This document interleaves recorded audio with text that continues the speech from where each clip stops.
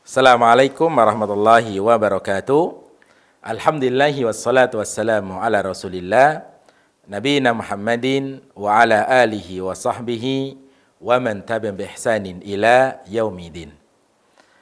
Alhamdulillah kita bisa dapat kembali untuk belajar bersama mempelajari kaidah-kaidah bahasa Arab dengan menggunakan kitab Mulakhas Qawaidil Lughah Al-Arabiyyah yang ditulis oleh Fuad Ni'mah.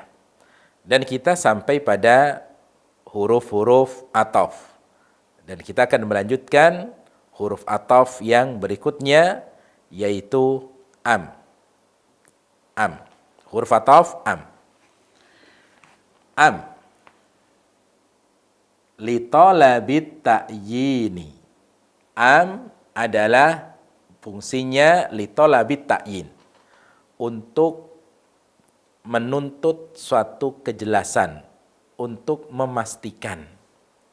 Ini am. Taib. Sekarang, apa bedanya dengan au? Kalau am, ini artinya ataukah. Kalau au, ini artinya atau.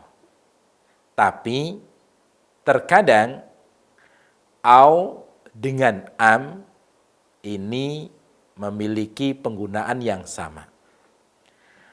Am dengan au bisa digunakan untuk huruf ataf yang berfungsi atau. Tapi kalau am ini biasanya digunakan untuk litolabit ta'yin, untuk memastikan. Litolabit ta'yin dipakai untuk menuntut suatu kejelasan, untuk menuntut suatu kepastian. Nah,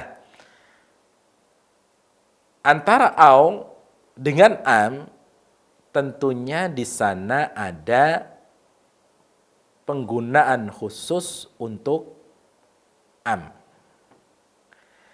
Taib. Kapan kita gunakan am? Yang pertama adalah al-kalimatu tadullu ala istifhamiyah. Taib. Kalimatnya bentuknya kalimat pertanyaan. Ini yang pertama. Thaniyan, yang kedua, adatul istifham, alat yang dipakai untuk bertanya adalah hamzah, yaitu a. Yaitu a. Nah, jika demikian, maka gunakanlah am. Oleh karena itu, kalau kita perhatikan pada penyusunan sebuah kalimat di mana ada am, pasti susunan kalimatnya adalah kalimat bentuk pertanyaan. Itu yang pertama. Yang kedua, alat yang digunakan untuk bertanya adalah hamzah. Kenapa? Karena huruf istifham atau alat istifham ini ada dua. Alat istifham ini ada dua. Yang pertama, ada alat istifham dari isim. Yang kedua, ada alat istifham dari huruf. Alat istifham dari huruf cuma ada dua. Yang pertama adalah hal, yang kedua adalah a atau hamzah. Nah, hamzah ini atau a salah satu di antara alat istifham yang digunakan bersama huruf ataf, yaitu am. Kalau kita artikan am berarti ataukah. Kalau kita artikan am berarti di situ diartikan ataukah. Taib. Kita ambil contoh, lihat contohnya pada kalimat a kataba. hadzal maqala Umaru am Mahmudun. Hada isim isyarah sebagai maf'ulun bi, maqala ini sebagai badal. Umaru marfu sebagai fa'il dari fi'il kataba, Mahmudun marfu atof kepada Umar karena di sini ada am. Apa fungsi am? Am di sini adalah berfungsi untuk tolabit ta'yin, untuk mencari suatu kepastian. Kalau kita perhatikan, dilihat di sini pada penggunaan kalimatnya adalah akataba hadzal maqala Umaru am Mahmudun. Kalimatnya adalah kalimat bentuk istifham, kalimat mustafhamah, kalimat pertanyaan. Kemudian yang kedua, alat yang digunakan di sini adalah hamzah. Alat istifham yang dipakai di sini adalah hamzah. Baik. Maka jawaban dari pertanyaan itu adalah merupakan memilih salah satu dari keduanya. Kalau kita artikan, yang menulis makalah ini Umar ataukah Mahmud? Ataukah Mahmud? Maka jawaban dari pertanyaan ini adalah salah satu dari keduanya. Antara Umar atau Mahmud. Nah, contoh lagi misalnya, adhahaba ila suki Aisyatu am Fatimatu. Adhahaba ila suqi Aisyatu am Fatimatu. Aisyatu marfu sebagai fa'il, Fatimatu marfu ataf kepada Aisyah karena di situ ada huruf ataf yaitu am. Apa fungsi am di situ? Litolabit ta'yin, untuk memastikan, untuk mencari suatu kepastian. Yang pergi ke pasar ini Fatimah ataukah Aisyah?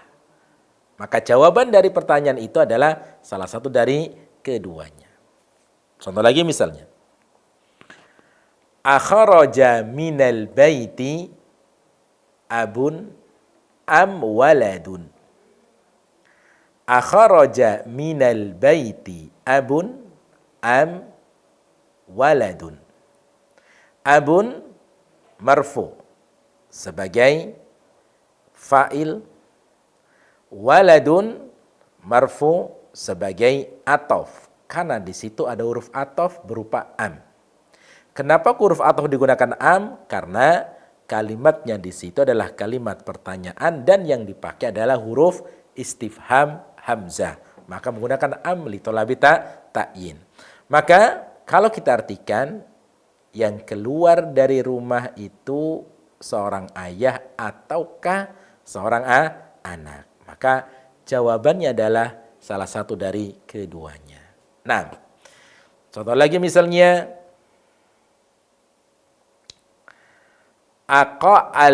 aqalamun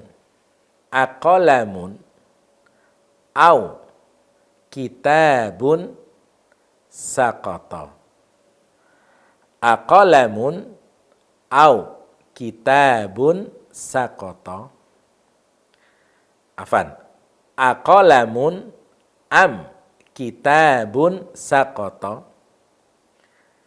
Maka di situ aqalamun marfu sebagai mubtada, kitabun marfu ataf kepada qalamun, saqata khabarnya. Nah, menggunakan am di situ adalah litolabit ta'yin. Yang jatuh itu pena ataukah kitab. Dan seterusnya. Itu adalah am. Tayyib. Kemudian berikutnya adalah la. La linafyil hukmi anil ma'tufi. La di sini adalah berfungsi untuk menafikan hukum anil ma'tufi dari yang diikuti. Misal nadijal bittihu lal inabu. Al bittihu marfu sebagai fa'il, al inabu marfu atof. Karena di sini ada huruf la adalah huruf atof. Jadi fungsi untuk la atau fungsi la sebagai huruf atof adalah dia untuk menafikan isim yang terletak setelahnya. Ini adalah fungsi huruf atof la. Paham ya? Jadi la linnafil hukmi anil ma'tuf. La adalah linnafil hukmi anil ma'tuf. Berarti la ini adalah berfungsi untuk menafikan kata yang terletak setelahnya. Maka al-inab ini namanya ma'tuf. Itu yang ternafikan. Kalau kita artikan berarti nadijal bittihu lal inabu. Semangka itu telah matang bukan anggur. Berarti yang ternafikan dari matang adalah al-inab. Kenapa? Karena la adalah linnafil hukmi anil ma'tuf. Tayyib. Contoh lagi misalnya Aliyun la Zaidun dhahaba. Aliyun la Zaidun dhahaba. Ali bukan Zaid yang pergi. Aliyun la Zaidun dhahaba. Ali bukan Zaid yang pergi. Maka aliyun marfu sebagai mubtada, Zaidun marfu sebagai ataf karena adalah dhahaba marfu afan fi mali rafin sebagai khabarnya. Taib. Contoh lagi misalnya. Yukramul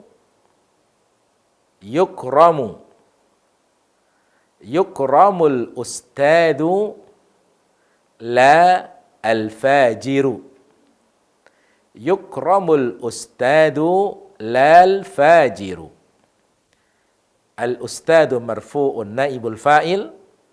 Al-fajiru ma'tufun. Ataf. Marfu' karena ataf di situ ada huruf la. Baik, berarti al-fajir itu yang ternafikan. Maka kalau kita artikan seorang ustadz itu dihormati, lal fajiru bukan orang yang fajir. Nah, contoh berikutnya ukhida al-kitabu lal qalamu.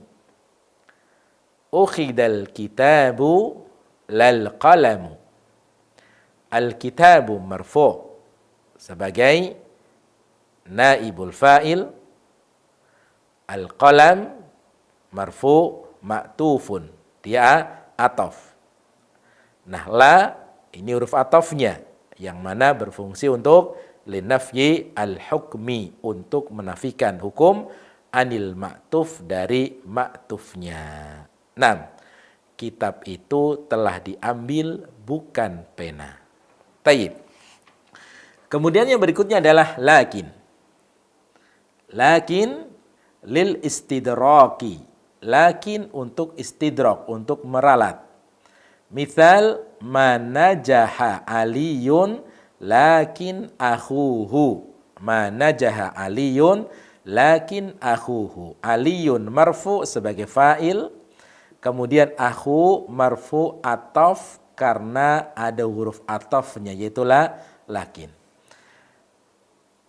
Ali itu tidak berhasil, lakin akan tetapi akhuhu saudaranya. Akhu marfu'un ma'tufun ala ali ala mutarafihi bil wawi li'annahu minal asma'il khamsah. Kemudian bal lil uduli anil hukmi sabiki. Bal lil udul untuk menggeser anil hukmi sabiq dari hukum yang sebelumnya atau hukum yang telah berlalu. Misal dhahara 'alal amwaji zawrakun bal bakhiratun. Zawrakun marfu sebagai fa'il dari dhahara, bakhiratun marfu ataf karena ada balnya di sini huruf ataf. Maka telah nampak di atas ombak perahu besar, bahkan perahu kecil, bahkan perahu besar. Taib. Kemudian hatta lil ghayati, hatta untuk lil ghayah, untuk akhir dari suatu tujuan. Taib. Misal farral aduwu hatta al-qaidu. Farral aduwu hatta al-qaidu. Al-aduwu marfu sebagai fa'il. Kemudian al-qaidu marfu ataf karena ada huruf atafnya yaitu hatta. Kalau artikan sampai atau hingga, maka farral aduwu musuh itu lari hattal qaidu sampai panglimanya atau hingga panglimanya. Tayyib, itu hatta. Para peserta pembelajaran bahasa Arab online yang dirahmati oleh Allah Subhanahu wa taala, sedikit kita akan membahas tentang huruf ataf hatta. Maka hatta ini merupakan huruf. Terkadang hatta ini menjadi huruf jar, dan terkadang hatta ini menjadi huruf ataf, dan hatta ini terkadang menjadi huruf yang menasabkan. Taib. Adapun hatta yang menasabkan apabila setelah hatta ini fi'il mudhari. Jika hatta tersebut setelah hatta ini adalah fi'il mudhari, maka hatta ini sebagai huruf nasab. Otomatis fi'il mudhari yang terletak setelahnya akan dibaca mansub, ya dengan fathah atau dengan membuang huruf nun tandanya dan seterusnya. Dan ini tidak kita bahas karena masuk pada huruf-huruf yang menasabkan. Nah, yang akan kita bahas di sini adalah dua. Karena kaitannya hatta ini setelahnya setelahnya adalah isim. Hatta apabila setelahnya isim, ini ada dua kemungkinan. Kemungkinan yang pertama, hatta ini huruf ataf sebagaimana yang sudah kita terangkan di situ. Kemungkinan yang kedua, hatta ini sebagai huruf jar. Huruf jar. Berarti kalau hatta ini huruf jar, isim yang terletak setelahnya dibaca majrur. Kalau hatta ini huruf ataf, berarti isim yang terletak setelahnya tergantung dari bacaan i'rab isim sebelumnya. Kalau sebelumnya rofa, berarti dia dibaca rofa. Kalau sebelumnya nasab, dia dibaca nasab. Kalau sebelumnya kasrah, berarti dibaca kasrah atau majrur. Nah, sekarang tinggal masalahnya adalah kapan kita katakan hatta ini sebagai huruf jar sehingga dia dikasrah isim setelahnya, dan kapan hatta ini sebagai huruf ataf sehingga isim yang terletak setelahnya di-i'rab sesuai dengan isim yang sebelumnya. Maka dari sini perlu kita ketahui hatta sebagai huruf jar adalah apabila isim yang terletak setelah hatta bukan bagian dari isim yang sebelumnya. Maka hatta ini jika dia sebagai huruf jar, maka memiliki arti ilah. Memiliki arti ilah. Jadi Anda ulangi, hatta dia sebagai huruf jar apabila isim yang terletak setelah hatta bukan bagian dari isim yang sebelum hatta. Nah, jika demikian berarti hatta ini diartikan sebagai huruf jar ilah, punya arti ilah. Contoh pada firman Allah Subhanahu wa taala, salamun hiya hatta matla'il fajri. Kata hatta matla'i majrur karena hatta di situ huruf jar. Dari mana kita tahu bahwasanya dia huruf jar? Karena setelahnya adalah majrur. Itu yang pertama. Yang kedua, hatta isim yang sebelum setelah hatta ini bukan bagian dari isim yang sebelumnya. Sehingga hatta di situ diartikan ilah. Sampai bimanai ilah. Taib. Ila matla'il salamun hiya ila matla'il fajri. Itu mananya. Taib. Itu yang pertama. Kemudian yang kedua, hatta huruf atof. Kapan kita katakan hatta ini sebagai huruf atof adalah apabila isim yang terletak setelah hatta bagian dari isim yang sebelumnya. Apabila isim yang terletak setelah hatta bagian dari isim yang sebelumnya, maka hatta ini adalah huruf atof.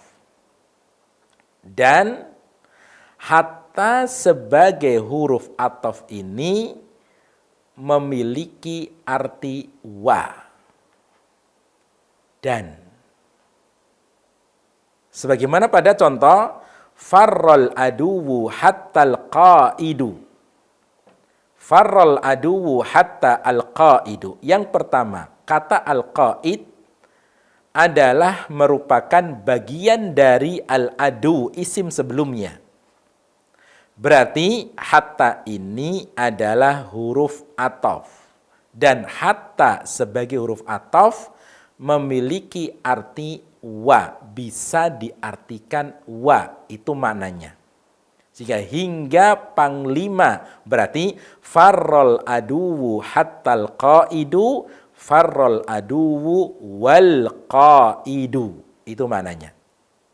Jadi al-adu dan al-qaid sama-sama larinya. Sehingga musuh itu lari sampai panglimanya. Itu maknanya. Contoh yang lainnya adalah ukilas samaku hatta ra'suha. Ukilas samaku hatta ra'suha. Ukilas samaku. As-samaku marfu' sebagai naibul fa'il. Kemudian ra'su marfu' sebagai atof. Mana huruf atofnya? Hatta. Nah, hatta di situ sebagai huruf atof. Kenapa? Kita lihat isim yang terletak setelah hatta juz'un, merupakan bagian dari isim sebelumnya. Nah, karena hatta ini adalah huruf atof, karena isim yang terletak setelahnya ini merupakan bagian dari isim yang sebelumnya, maka bisa kita maknakan hatta ini wa, huruf wawu. Contoh berarti mananya adalah ukilas samaku wa ra'suha. Ukilas samaku wa ra'suha. Ikan itu dimakan sampai kepalanya. Sampai kepalanya maknanya adalah wa ra'suha, dan kepalanya. Dan kepalanya. Ini adalah hatta huruf ataf. Maka kesimpulannya adalah yang pertama hatta huruf jar apabila isim sebelum hatta, isim setelah hatta bukan bagian dari isim sebelumnya. Hatta huruf ataf adalah yang pertama isim setelah hatta bagian dari isim sebelumnya, dan hatta huruf ataf memiliki makna huruf wawu, yaitu wa. Jadi seperti itu adalah hatta untuk huruf jika setelahnya adalah isim. Wallahu ta'ala alam. Ini yang bisa kita pelajari pada pertemuan kali ini. Maka dari sini peserta yang dirahmati oleh Allah Subhanahu wa taala, selesai tentang huruf-huruf ataf dan juga penjelasan secara ringkas dan juga contoh-contohnya pada penggunaan sebuah kalimat. Wallahu ta'ala alam. Kita akhiri dengan doa kafaratul majelis. Subhanakallahumma wa bihamdika asyhadu an la ilaha illa anta astaghfiruka wa atubu ilaik. Assalamualaikum warahmatullahi wabarakatuh.